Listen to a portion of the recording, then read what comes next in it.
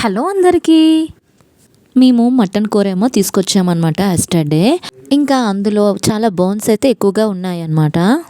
కొన్ని బోన్స్ని అయితే నేను తీసేసి పక్కకి ఫ్రై చేసుకున్నా. అందులో కొంచెం పసుపు సాల్ట్ కూడా వేసుకున్నా. ఇంకా బాగా చల్లారిన తర్వాత ఫ్రిడ్జ్లో అయితే నేను స్టోర్ చేసుకున్నా. ఫ్రిడ్జ్ లేకపోతే బయటనే ఉంచుకోవచ్చు. ఇంకా మరుసటి రోజు దీన్ని పుల్లేసి అయితే నేను వండాను. ఇలా పుల్లేసుకొని వండితే చాలా టేస్ట్ ఉంటుంది. చల్లదనంతో మేమైతే బాగా తింటాం ఇట్లా పుల్లేసినటువంటి కూరలు.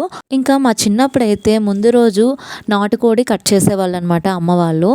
కానీ ఆ రోజు మొత్తం కూర వండకుండా మరుసటి రోజు నైట్కి కానీ మరుసటి రోజు మధ్యాహ్నం కానీ ఫ్రై చేసేసి ఉంచేవాళ్ళు. అప్పుడు ఫ్రిడ్జ్లు కూడా ఉండేవి కాదు, కానీ బాగానే ఉండేది. మరుసటి రోజు ఇలానే పుల్లేసి ఉండేవారు.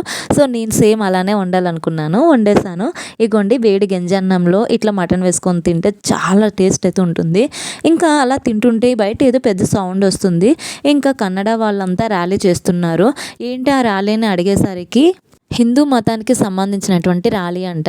అందరూ కూడా లేడీసే మంచిగా పట్టు చీరలు కట్టుకొని తలపైన టోపీ పెట్టుకొని ఇంకా అందరూ స్కూటీలు బైక్లు పైన ర్యాలీ అయితే చేస్తున్నారు. ఇంకా వాళ్ళందరినీ చూస్తుంటే చాలా ముచ్చటేసింది నాకైతే. ఎంత బాగా స్కూటీ డ్రైవ్ చేస్తున్నారా అనిపించింది. చాలామంది ఒక 200 మెంబర్స్ వరకు అయితే ఉన్నారు. వాళ్ళందరినీ చూస్తే నేను కూడా అలా ర్యాలీ చేయాలనిపించింది. ఇంకా నా వల్ల అయితే అవ్వదు కదా, నాకు స్కూటీ కూడా రాదు. ఫైనల్గా నేను ఇంటి లోపలికైతే వచ్చేసా. Thank you for watching this video friends. Bye bye.